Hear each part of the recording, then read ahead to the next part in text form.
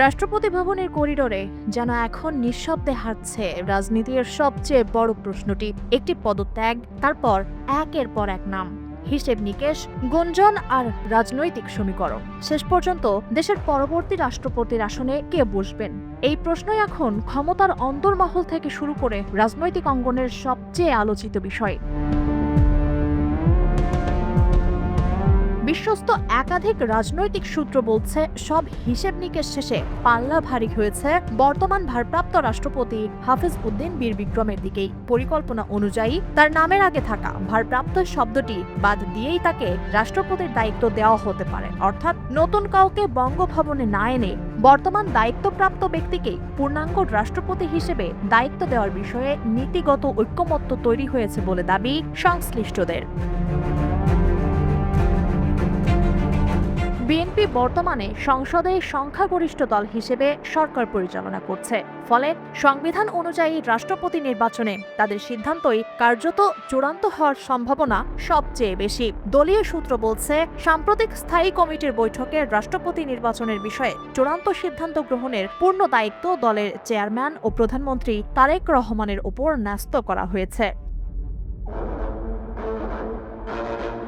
শুরুতে আলোচনার কেন্দ্রে ছিলেন বিএনপির মহাসচিব মির্জা ফখরুল ইসলাম আলমগীর। এরপর সম্ভাব্য তালিকায় উঠে আসে দলের জ্যেষ্ঠ নেতা ডক্টর খন্দকার মোশাররফ হোসেন, ডক্টর মঈন খান সহ আরও কয়েকজনের নাম।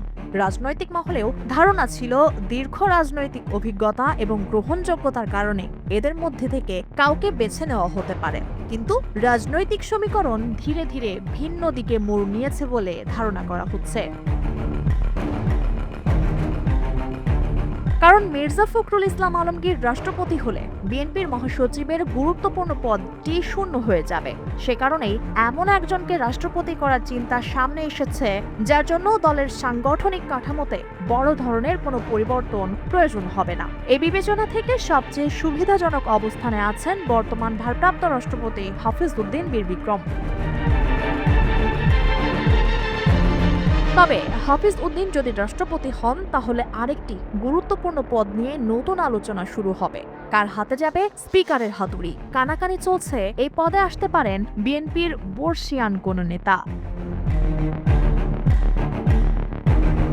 এদিকে মির্জা ফখরুলকে রাষ্ট্রপতি করার পক্ষে যুক্তিও কম ছিল না। দীর্ঘ 4 দশকেরও বেশি সময়ের রাজনৈতিক পথ চলা, দলীয় সংকটের সময় নেতৃত্ব, আন্দোলন সংগ্রামে সক্রিয় ভূমিকা, সব মিলিয়ে বিএনপির অনেক নেতাই মনে করেছিলেন রাষ্ট্রপতির পদ হতে পারত তার রাজনৈতিক জীবনের সবচেয়ে সম্মানজনক পরিণতি। দলীয় সূত্রগুলো বলছে, প্রধানমন্ত্রী তারেক রহমান ব্যক্তিগতভাবেও মির্জা ফখরুলের প্রতি আস্থাশীল। দলের জন্য তার অবদান আর রাজনৈতিক অভিজ্ঞতার স্বীকৃতি হিসেবেও রাষ্ট্রপতির পদটি বিবেচনায় ছিল। কিন্তু শেষ পর্যন্ত সিদ্ধান্তের পথে বড় প্রভাব ফেলেছে আরেকটি বিষয়, খোদ মির্জা ফখরুলের ব্যক্তিগত অনাগ্রহ। তার একাধিক ঘনিষ্ঠ সূত্রের দাবি, মির্জা ফখরুল বরাবরই মাঠের রাজনীতি, সাধারণ মানুষের সঙ্গে মেলামেশা এবং সহকর্মীদের সঙ্গে সময় কাটাতে স্বাচ্ছন্দ্য বোধ করেন। রাষ্ট্রপতির পদে গেলে প্রোটোকল, নিরাপত্তা, আনুষ্ঠানিকতা এবং সাংবিধানিক সীমাবদ্ধতার কারণে তার স্বাভাবিক জীবনযাত্রা অনেকটাই বদলে যাবে। ব্যক্তিগত স্বাধীনতা কমে আসবে, রাজনৈতিক কর্মীদের সঙ্গে আগের মতো মিশে থাকার সুযোগও সীমিত হয়ে যাবে। সূত্রগুলোর ভাষ্য, এসব কারণেই তিনি রাষ্ট্রের সর্বোচ্চ সাংবিধানিক পদে বসার বিষয়ে খুব বেশি আগ্রহ দেখাননি।